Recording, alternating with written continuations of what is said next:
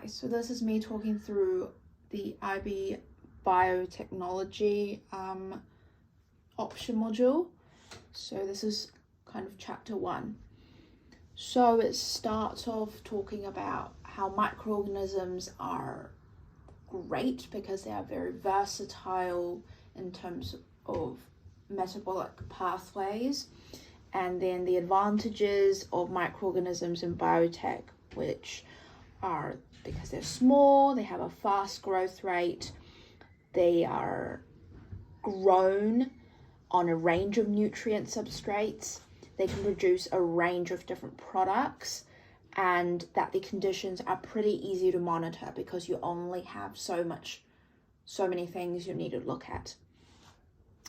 And then it talks about pathway engineering, which is kind of like the new improved method on top of selective breeding, and then on top of that, gene modification, because when those two just looks at the overall species, pathway engineering actually looks at specific steps in the metabolic pathway and just try to change that step instead of changing the entire pathway. So, and to increase the yield of the metabolite, and things you can do are such as changing the range of substrates. You can eliminate byproducts, which slows down the process, and you can also increase the range of products made to make it more efficient. And the example given in the textbook is this yeast, which is like S. cerevisiae, and it's found, so in grapes, for it to ripen, you need to degrade malate, which is a metabolite in this case. So when that happens, the pH of the grapes increases, and so it's not acidic anymore. And to do that, you need malate permease, which transports the malate, which is on the outside of the cell, I think it's on the surface, into the cell. That enzyme is actually not in this yeast. And instead of changing the grape, what pathway engineering does is it inserts the gene for malate degrading enzyme, as well as a gene for the malate permease to transport the malate in. And so that solves our problem. Then we have fermenters, which allows the large-scale production of metabolites by microorganisms. And the main components are a stainless steel vessel, a sterile nutrient medium, which you'll get inoculated with the desired microorganism. You have impeller, which is like a mixer to not have condensation. You have pressure gauge, which is to detect gas buildup as well as let the waste gas go. Probes to monitor the conditions, and a cooling jacket if the temperature rises. And then it talks about industrial fermentation, which splits into batch culture and continuous culture. So the main difference is that batch culture is mainly used to culture secondary metabolite, and so you put everything you need in there and you let the fermenter go through the entire process, and you track which stages it's at, and when it's at the desired stage, you will extract out the products. Opposingly, in continuous culture, nutrients are being added and the products are being harvested all the time. So it's not a waiting game as opposed to batch culture. And then obviously when you culture, you have limiting factors, you have the probes, and you have the optimal conditions. The probes and the optimal conditions do overlap because you use probes to monitor so that the medium is at optimal condition. So limiting factors that can happen is the CO2 production, which can decrease the pH. Gases can change the pressure, which can change the reaction rate. We have alcohol. If there is alcohol production, they'll have an osmotic effect on the cells. Obviously, the O2 level might decrease because of respiration.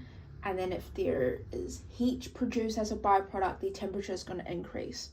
And then for probes, the most common 5 is to measure O2 concentration, pH, volume, foam level, and temperature. We'll get to the foam level. So what the probes does in batch condition is to indicate which stage on the sigmoid curve you're at. And for continuous culture is to keep the conditions favorable. So you can keep adding things in and extracting products out. As for the optimal conditions, we have water content, temperature, pH, macro, micronutrient levels, the waste products, cell density, culture volume, CO2 levels, and O2. Because when you add O2, basically it'll get foamy, and that's why most of the cultures have anti-foaming agents to kind of combat that.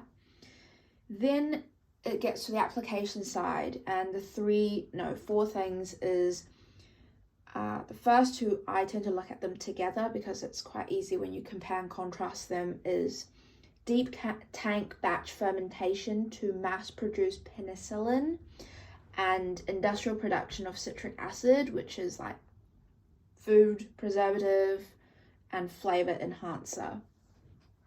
So for penicillin, the nutrient you need is corn steep liqueur, and since this is an antibiotic, it's a secondary metabolite, which means it only happens at a very certain stage, or like when everything is at a certain level, this gets produced. So that's mainly 24 degrees Celsius and slightly basic conditions with a high or like good supply of oxygen. Citric acid is it's mostly batch fermented, but this, like in the book, it talked about continuous fermentation by Aspergillus niger, which is a fungus. So it's the conditions you need is high dissolved oxygen concentration, about 30 degrees Celsius, acidic, and high sugar concentration. It's a primary metabolite as opposed to the penicillin because it's not an antibiotic, and does very well when you have like an undersupply of nutrients such as iron. Then the citric acid fills up, and as opposed to penicillin, which you just kind of filter out, you get a crystalline solid.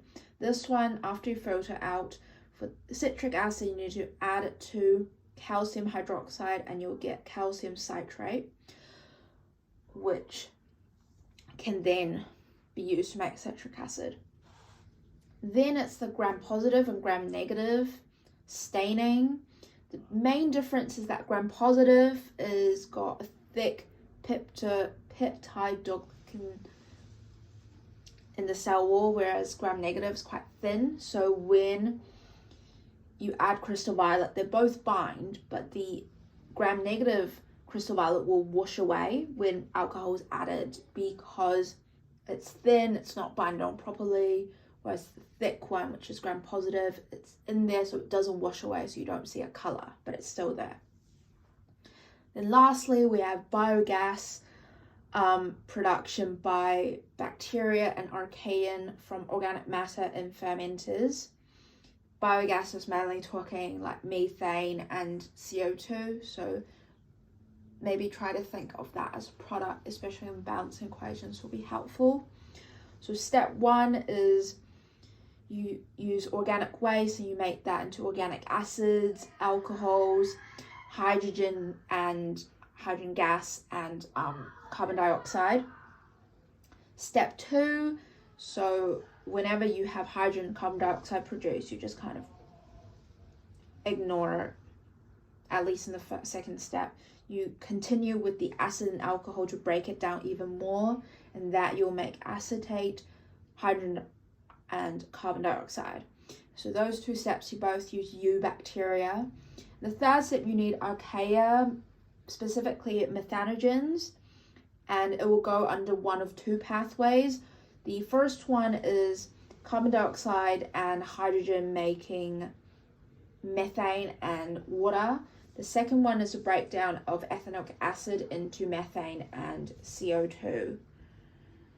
So last step, they're both trying to make methane, just one's more like combining, one's breaking down. And that's it for chapter 1 of biotechnology.